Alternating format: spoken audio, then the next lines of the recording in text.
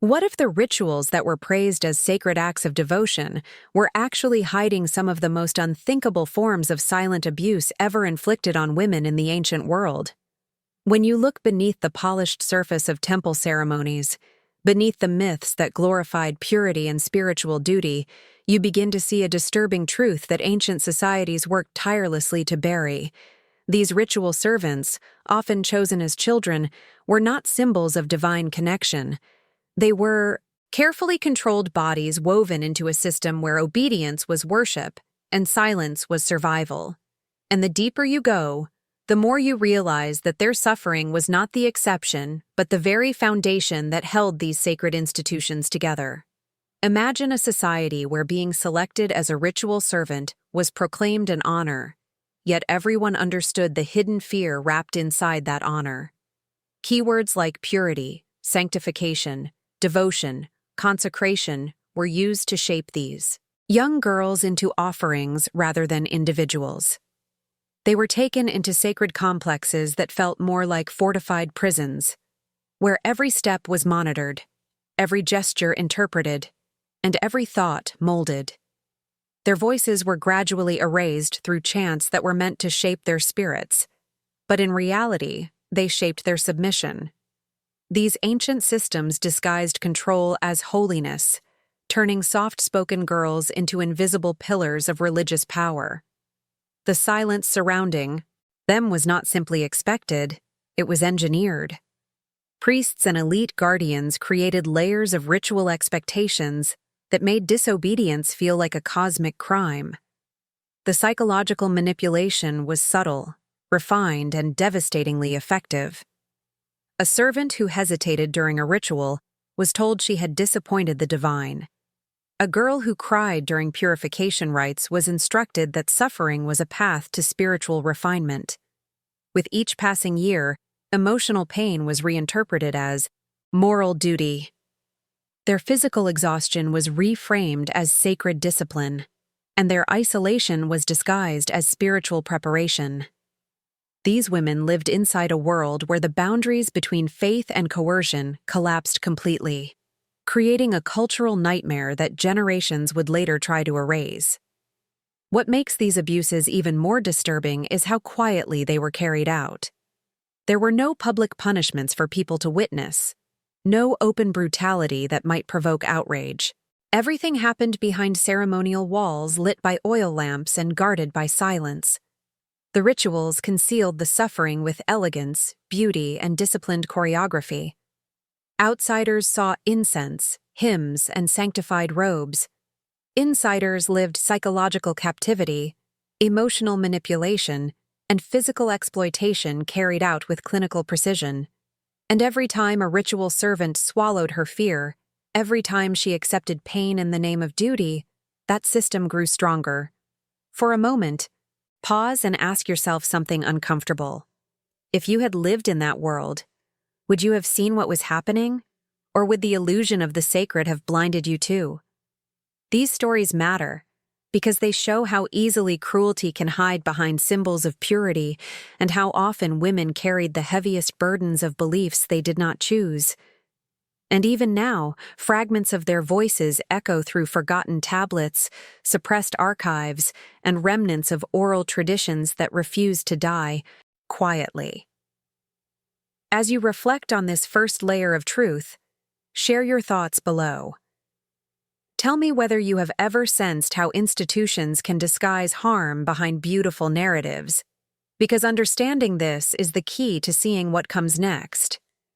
If this opening is already challenging your perception, leave a comment, hit the like button, and make sure you're subscribed so you don't miss the revelations that follow, as what lies ahead goes even deeper into the shadows these women were forced to inhabit while the world above them worshipped in ignorance, waiting for the next ritual to begin.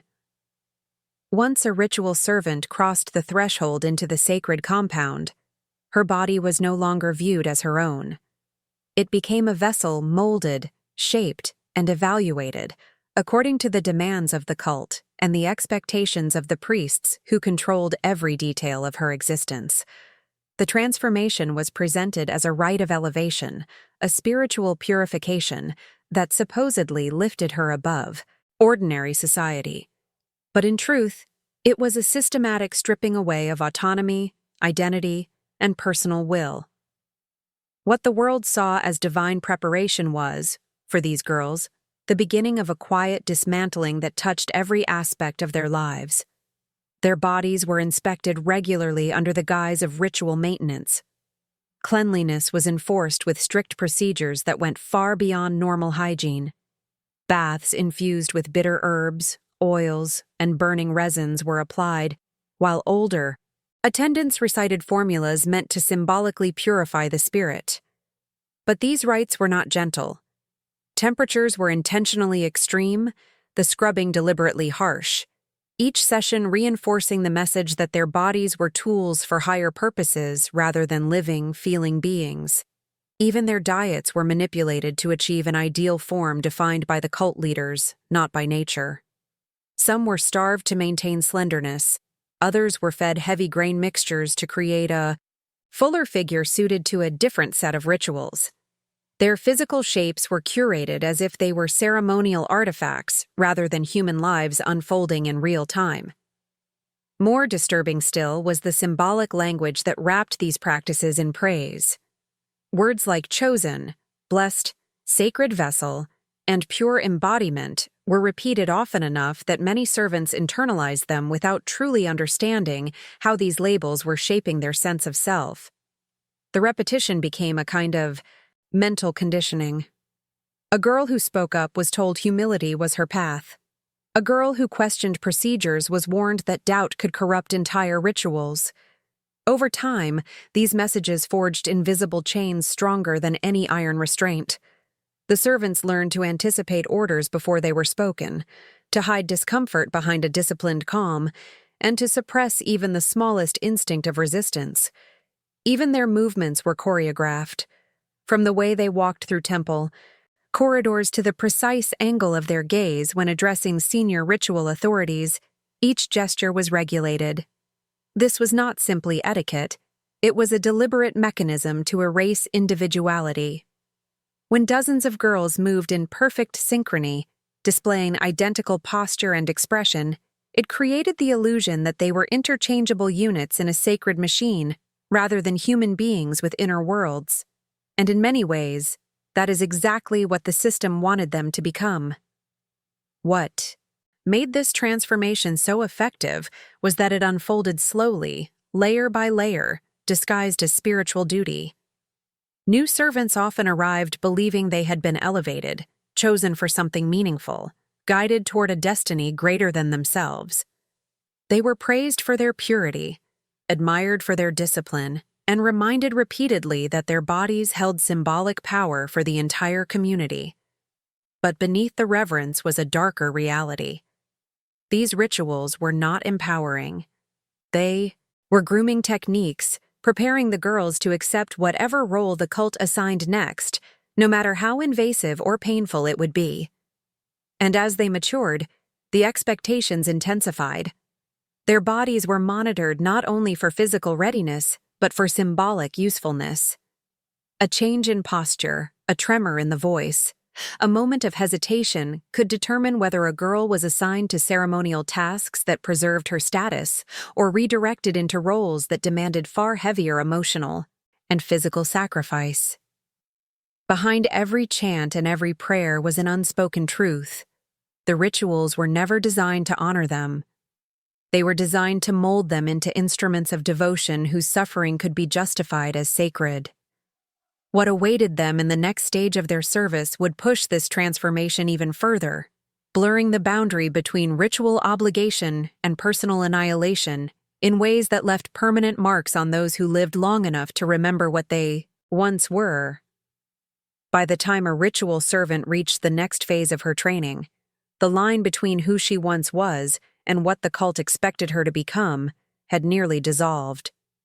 What remained was a young woman shaped by imposed silence, conditioned obedience, and the constant pressure to embody an ideal she never chose. This is where the rituals took a new turn, shifting from physical conditioning to psychological dismantling so subtle that even the servants themselves struggled to recognize it as harm. To those overseeing the temple, these transformations were necessary steps, the crafting of a living vessel meant to carry the weight of sacred tradition. But to the girls enduring it, it was a quiet erosion of identity that left little room for memories, desires, or selfhood. One of the most effective tools the cult relied on was isolation disguised as spiritual focus. Servants were instructed to meditate alone for hours, sometimes entire days, in chambers lit only by faint oil, lamps that cast long shadows against the stone. The silence was oppressive, engineered to strip away distracting thoughts and reinforce absolute inward submission. Supervising priests claimed this solitude allowed divine whispers to reach them more clearly, but the reality was far more calculated. In extreme quiet, minds become pliable, doubts weaken. The constant repetition of ritual mantra becomes a replacement for independent thought. Over time, many servants stopped questioning whether these practices were beneficial at all. That was the point when the temple finally had full control. During these sessions, servants were also encouraged to confess their fears, desires, and perceived imperfections to spiritual mentors. But these confessions were not treated as personal disclosures. They were archived mentally by the priests, later used as leverage to guide the servants into deeper compliance. A girl who admitted feeling lonely might be assigned to rituals that exposed her. Emotional vulnerabilities. Another who expressed fear of failing would be placed under stricter observation.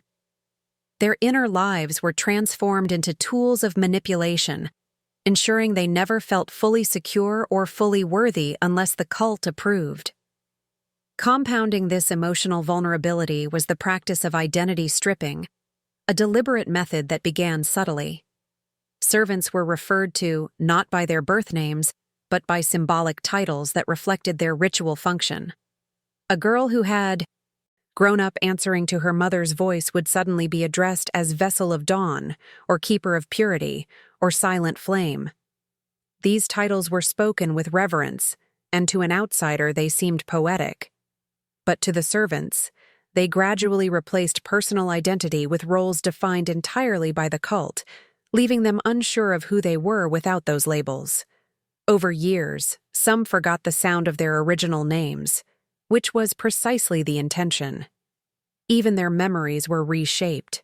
Older servants would tell newcomers stories of past rituals, recounting them with a tone of pride, as if enduring pain had been a badge of honor.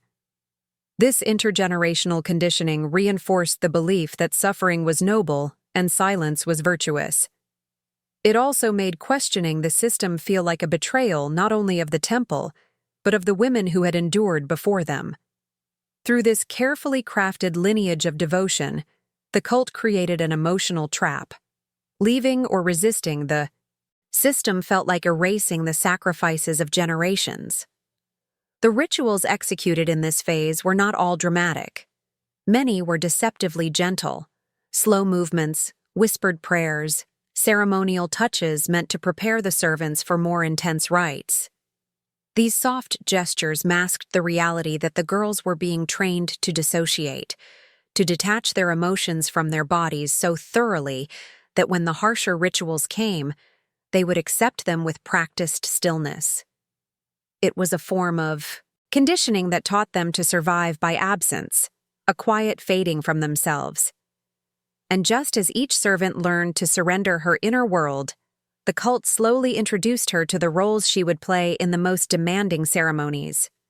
These roles varied, but all required total emotional compliance. Some were chosen to represent purity in public rites, where they stood silent and still for hours. Others were selected for hidden rituals conducted out of sight, where the demands on their bodies became more severe. This was the stage where the cult unveiled the next layer of expectation, revealing that the devotion they had cultivated was only the beginning of a deeper submission that was never spoken aloud, but always understood. As the servants stepped further into this world, they found themselves carried by a current they could not escape, moving toward roles that reshaped not just their actions, but the very purpose of their existence. and the deeper they went, the more impossible it became to distinguish between sacred duty and the quiet, devastating loss of self that lay at the heart of the system. As the servants advanced into the deeper layers of ritual life, the psychological grip of the cult tightened with a precision that was almost impossible to detect from within. What began as discipline and spiritual refinement gradually transformed into a complete rewriting of reality, where obedience became instinct and questioning felt like an impossibility. This stage was not marked by dramatic punishments or open displays of force. Instead, it relied on subtle mechanisms of control that shaped their thoughts, fears, and emotional boundaries so thoroughly that resistance seemed not only dangerous, but unthinkable. What the priests sought was not submission of the body alone, but the quiet surrender of the mind. One of the most powerful techniques used in this phase was the ritual of mirrored obedience. Servants were paired with older women who had long ago accepted the system as a fixed truth. These mentors were not merely supervisors. They were living examples of the identity the cult wanted the younger servants to internalize.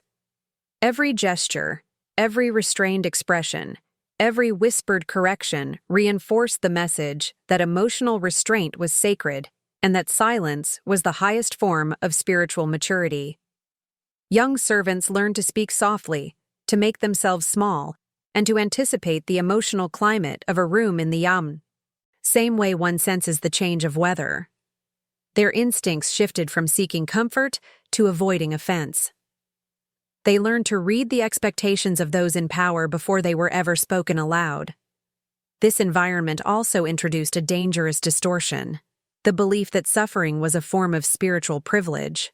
The cult taught that those who endured discomfort without protest possessed a deeper purity than those who faltered. This idea seeped into daily life until pain and discomfort became normal, even honorable. A servant who shivered during purification fasts was told her trembling showed spiritual sensitivity. One who endured long hours of stillness without collapsing was praised as an example for the others. Over time, these girls began to see their own suffering as a mark of worthiness, tying their sense of identity to their ability to endure whatever the temple demanded. Even moments of apparent compassion were tools of manipulation. A priest might offer a gentle word after a difficult ritual, telling a girl she showed promise or that her dedication pleased the divine. These small crumbs of approval created an emotional dependency that was far more effective than fear. Servants learned to crave these rare validations, bending themselves further into submission in hopes of being acknowledged again. This cycle of deprivation and reward shaped their emotions into patterns perfectly suited for control, leaving them vulnerable to whatever role the cult assigned next. The most insidious element, however, was the ritual of emotional confession. Servants were encouraged to reveal their deepest insecurities, their private thoughts, and even their doubts, believing these confessions were part of their spiritual purification. But instead of releasing their burdens, they unknowingly handed their vulnerabilities to a system that used them as anchors of control. A girl who revealed fear of abandonment might be assigned to tasks that isolated her even further. One who confessed guilt from a harmless childhood memory could be told she carried spiritual stains that required harsh rites to cleanse. These confessions became psychological chains, each one tightening the cult's hold with every whispered admission. As the servants moved deeper into this stage, the rituals became less about symbolism and more about psychological conditioning without the servants ever recognizing the shift. They felt their transformation as a spiritual journey, not realizing that their boundaries were being dismantled piece by piece.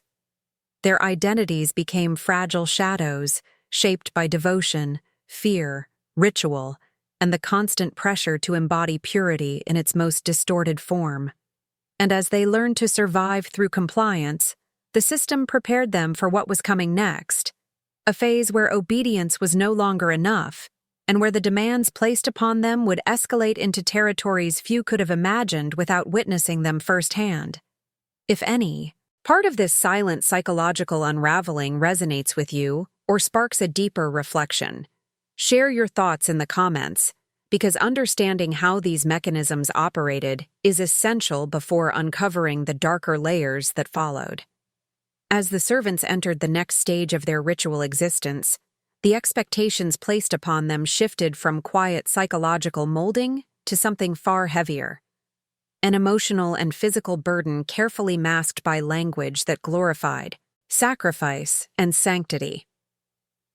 What the cult called sacred service was, in reality, a structured system of exploitation that drained these women slowly, piece by piece, until their sense of worth existed only in how much they could endure.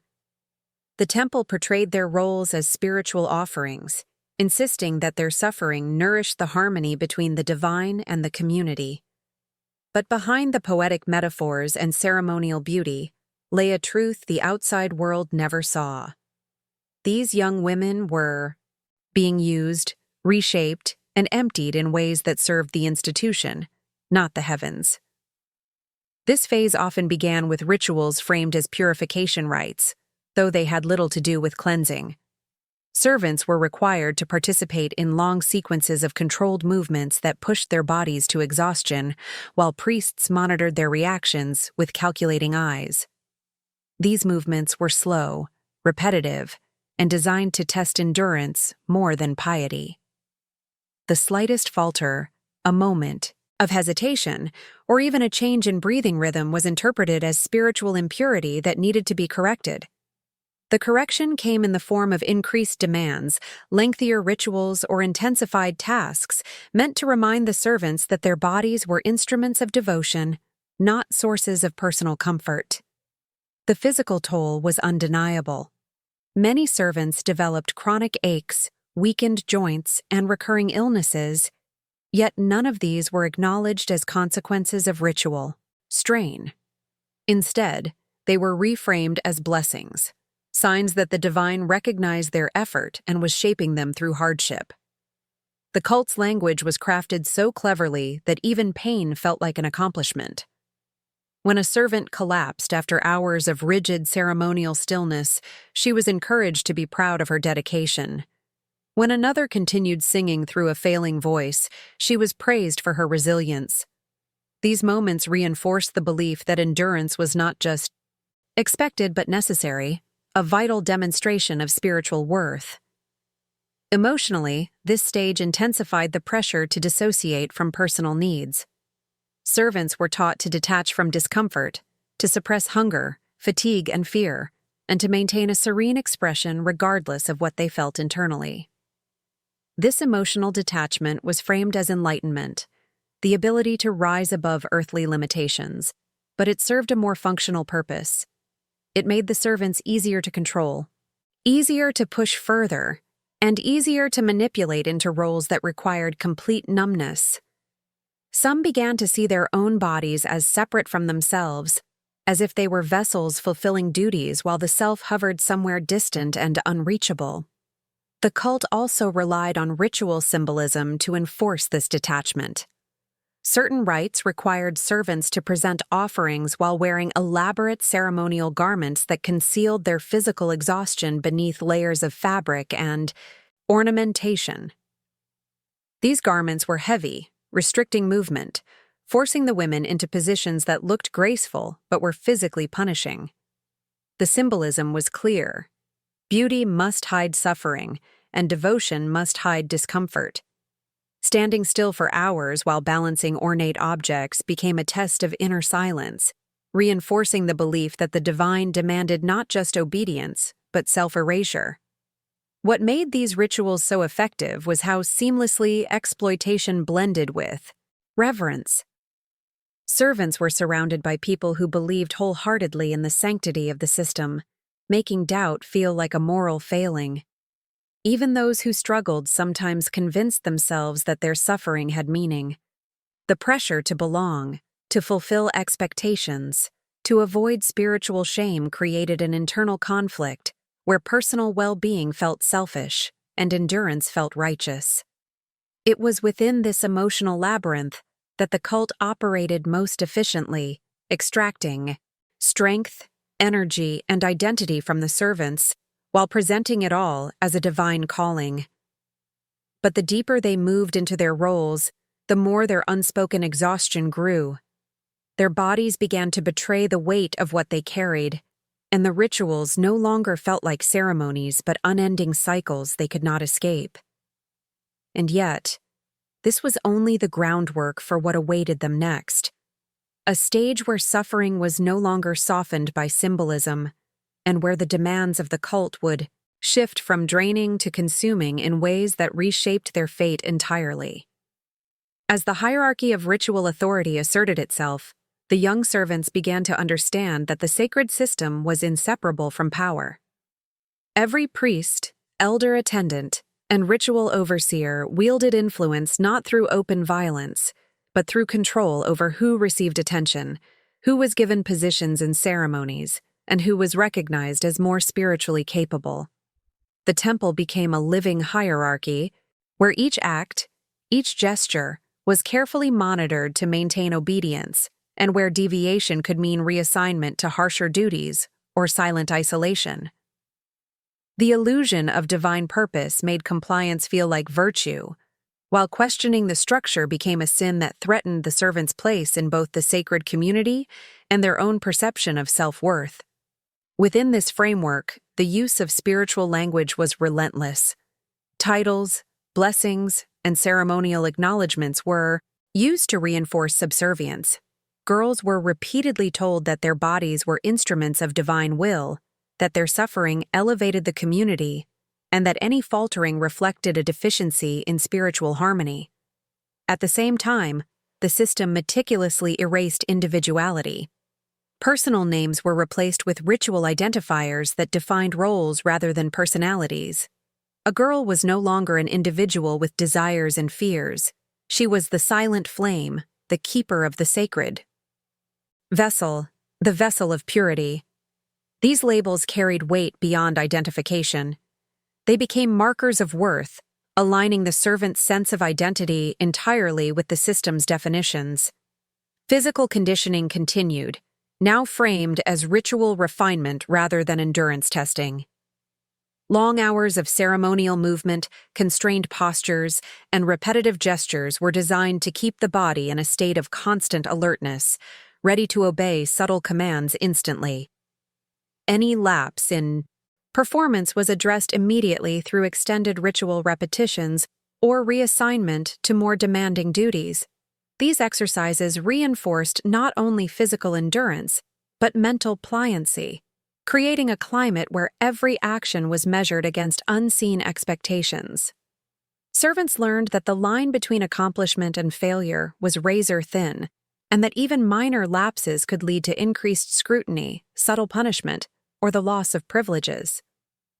Emotionally, this stage introduced a new form of subtle terror, comparison and rivalry. Servants were encouraged to observe each other, noting weaknesses and perceived failings. Praise for one became a silent admonition to another. Every moment of perceived inadequacy was leveraged to reinforce obedience and compliance.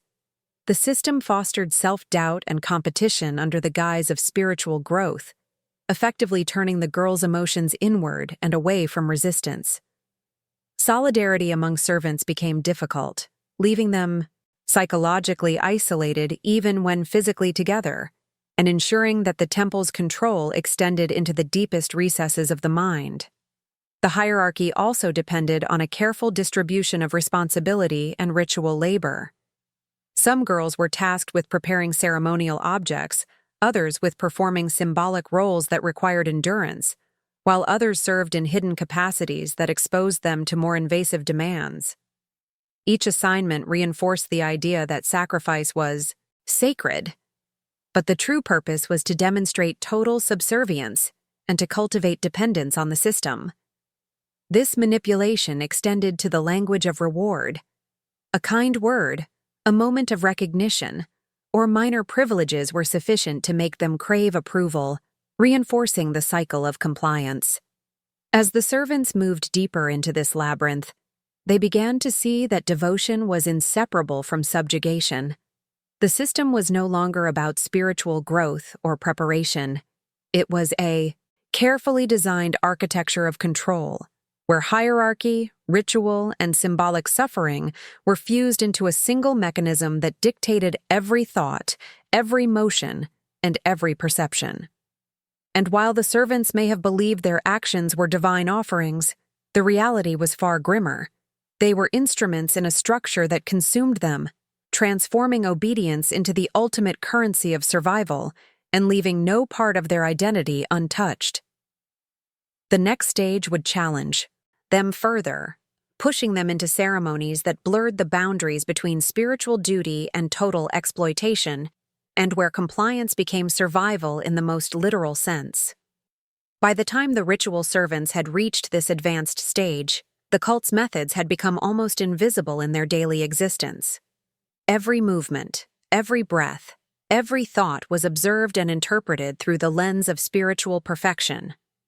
The girls had internalized obedience to such an extent that even the faintest deviation from expectation felt like a moral failing. What they believed was divine guidance was actually an intricate system of psychological domination, reinforced by subtle punishment and layered rewards that ensured every act of compliance deepened the cult's control. And yet, even as they became more proficient in their roles, the weight of unspoken suffering began to accumulate, embedding itself into every gesture, every posture, and every silent thought. At this stage, ritual expectations escalated. Tasks that once appeared symbolic became physically and emotionally consuming, with servants enduring hours of ceremonial posturing, repetitive chanting, and enforced stillness. Sleep, food, and rest were rationed in a way that fostered endurance, but also cultivated a dependence on the temple's structure for survival. Even when attention and approval were given, it was strategically measured to maintain longing and compliance. Servants became addicted to small acknowledgments of success, their self-esteem and sense of value tied entirely to the silent judgment of priests and elder attendants. In this way, the cult ensured that obedience was reinforced both externally and internally, as each girl's own mind became an instrument of her subjugation. The use of ritualized punishment became more subtle yet psychologically devastating. Minor mistakes or lapses in composure were met with silent isolation, withdrawal of privileges, or reassignment to more grueling tasks. These punishments were never overtly brutal, yet their effect was far-reaching. The servants learned to anticipate censure, to read hidden cues, and to correct themselves before any instruction was given. Through these carefully controlled experiences, the system created a state of perpetual self-monitoring, ensuring that the girls' focus remained on performing perfectly rather than questioning the fairness or morality of the rites themselves. What compounded this control was the system's methodical use of secrecy. Certain ceremonies were observed only by senior authorities, while the participants were made to believe that failure would have cosmic consequences. This blend of fear, shame, and spiritual obligation bound them tightly to the hierarchy, making rebellion unthinkable.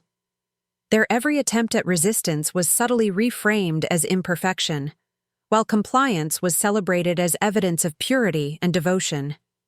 Over time, even acts of courage or expression of discomfort were transformed into proof of the servant's spiritual inadequacy, tightening the cycle of psychological enslavement. Even the smallest interactions between the girls were governed by unspoken rules. Bonds were discouraged unless they reinforced obedience, and friendship became a potential liability. Those who sought comfort in one another risked subtle reprimands that would reassert the cult's dominance, ensuring that trust and solidarity remained fragile, fleeting, and constantly under evaluation. Their social environment was carefully engineered so that isolation, both emotional and mental, reinforced dependency on the institution itself, making the temple's control absolute. As their training progressed, it became clear that the system demanded more than simple obedience. It demanded complete surrender of identity, will, and personal agency. Each ritual, Each task and each silent test worked to erase autonomy while reinforcing the illusion of divine purpose. And yet, within this carefully orchestrated submission, small acts of resistance, hesitation, whispered thoughts, fleeting doubts, remained possible, flickers of humanity in a system designed to extinguish them. If you have felt the weight of observing such hidden cruelty or the complexity of obedience under manipulation, share your reflections in the comments below, because understanding the subtlety of this abuse is essential before uncovering the next, even more harrowing stages of control. As the ritual servants progressed further into their roles, the line between ceremonial purpose and systematic exploitation became increasingly blurred. What had initially been framed as spiritual refinement now evolved into a carefully orchestrated mechanism of control where every action and response was a measure of both obedience and pliability. The temple functioned as an ecosystem of authority, where each servant was evaluated not only by her ability to perform assigned tasks, but by her capacity to internalize submission.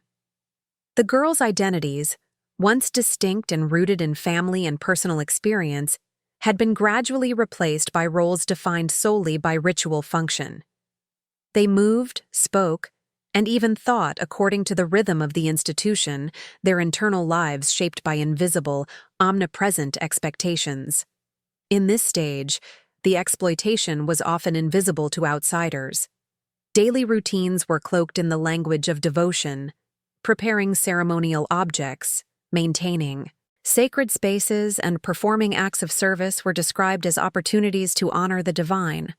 But each task was meticulously designed to test endurance, control emotion, and instill dependence. Long hours were spent in repetitive ceremonial motions that fatigued the body while conditioning the mind to suppress natural impulses. Even the smallest gestures, how a hand rested on an altar, how a head was bowed during a prayer, the tempo of a footstep, were subject to scrutiny, subtly reinforcing the hierarchy's omnipotence. The servants' emotional landscapes were equally manipulated. They were trained to associate compliance with virtue and hesitation with spiritual failure. Pain, discomfort, and exhaustion were recast as sacred experiences, creating a paradoxical environment in which suffering was both feared and revered. The constant oscillation between praise for endurance and subtle correction for lapses ensured that fear and devotion became intertwined, binding the servants' loyalty to the system itself rather than to any spiritual truth. Even empathy among peers was monitored, leaving relationships fragile and highly regulated, so that no emotional connection could undermine the authority of the temple. Physical conditioning reached new heights in this phase. Servants were required to maintain rigorous postures during extended ceremonies, endure exposure to cold or heat, and perform repetitive movements that tested flexibility and stamina. These tasks were never framed as punishment. Instead, they were described as preparation for service to the divine. Yet the result was clear. Bodies were pushed to extremes while the mind was conditioned to equate endurance with moral worth. Any failure, hesitation, or display of discomfort was immediately corrected through extended rituals or reassignment to more demanding responsibilities, ensuring that mastery of submission became the servant's primary skill. The rituals themselves were designed to obscure the true intent of the practices. Every element, from the precise sequence of chants to the arrangement of ceremonial objects, reinforced the servant's dependence on the authority figures, making it nearly impossible to recognize exploitation beneath the guise of sacred tradition. The girls learned to find meaning in compliance, to see reward in obedience, and to accept deprivation as spiritual guidance. In this way, the temple effectively converted human endurance into a currency of devotion, where survival, approval, and spiritual identity were inseparable. By the end of this stage, the servants had become instruments perfectly attuned to the demands of the institution. Their bodies and minds were aligned with the temple's objectives, yet the cost of such alignment was total suppression of personal autonomy. And while they had mastered obedience and silent resilience, the next phase of ritual life awaited, a stage where endurance alone would no longer suffice, and where the demands imposed upon them would challenge the very limits of their physical and emotional capacities, revealing the full extent of the cult's systematic exploitation. By this point, the ritual servants had been molded into figures whose entire existence revolved around obedience, endurance, and the projection of spiritual compliance. They were expected to function as extensions of the temple itself, their bodies, thoughts, and emotions governed by the subtle orchestration of authority figures. Every movement, from the way they knelt to the timing of their breaths during chants, was measured against invisible standards, creating an environment where perfection was demanded yet unattainable. Each servant internalized these expectations, believing that spiritual approval was contingent on total submission, while any sign of hesitation or error could carry consequences that were as psychological as they were physical. The cult system relied heavily on secrecy and selective visibility. Rituals were designed so that the public or lower-ranked members observed only carefully curated displays, which emphasized beauty, devotion, and the supposed empowerment of the participants. Behind closed doors, however, the practices were far more exacting. Tasks that seemed simple, maintaining sacred objects, arranging ceremonial garments, or performing devotional sequences, were embedded with layers of expectation, subtle corrections, and carefully timed pressures that tested both physical endurance and emotional resilience. Even small deviations from expected posture, tone, or expression were noted and corrected, reinforcing the constant surveillance the girls had internalized over years of ritual conditioning. Emotional manipulation continued to evolve.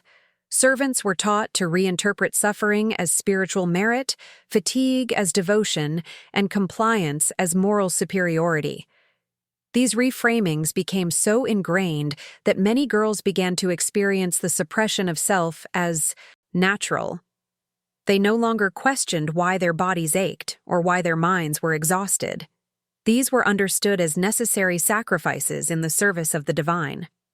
And yet, beneath this acceptance, subtle fear remained. Fear that failure to meet the temple's expectations would result in withdrawal of approval, isolation from peers, or assignment to tasks that were both more punishing and more symbolic of their submission. The hierarchy also ensured that no servant could act entirely, independently.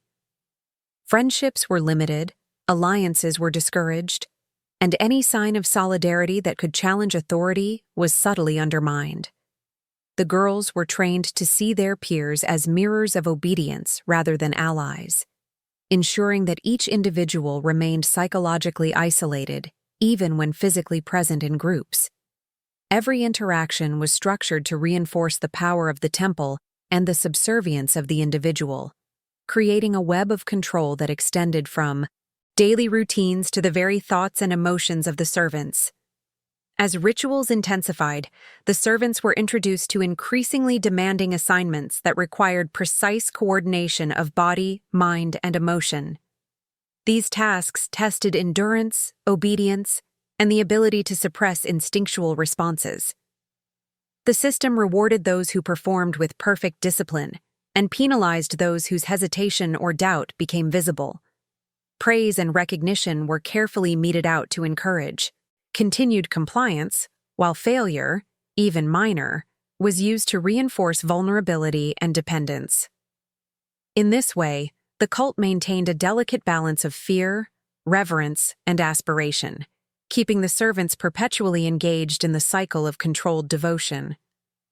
By the end of this stage, the servants had internalized the cult's methods so thoroughly that their sense of self was nearly indistinguishable from the roles they were assigned to perform. Every thought, every motion, every emotion was filtered through the lens of ritual expectation. And while they had mastered endurance, silent obedience, and emotional suppression, the next stage would push them into the most extreme challenges yet, revealing the full scope of the system's exploitation. where submission alone would no longer be enough to navigate the demands of their sacred, yet devastating service. As the final stages of ritual life unfolded, the full scope of the system's design became unavoidable. The servants, now, fully conditioned by years of subtle psychological, emotional, and physical shaping, were presented with ceremonies that demanded complete integration of body, mind, and will. Every task was both precise and taxing, designed to reinforce obedience while erasing traces of autonomy. By this point, the boundaries between sacred duty and personal identity had collapsed entirely. Each girl moved, thought, and responded in ways dictated by the hierarchy.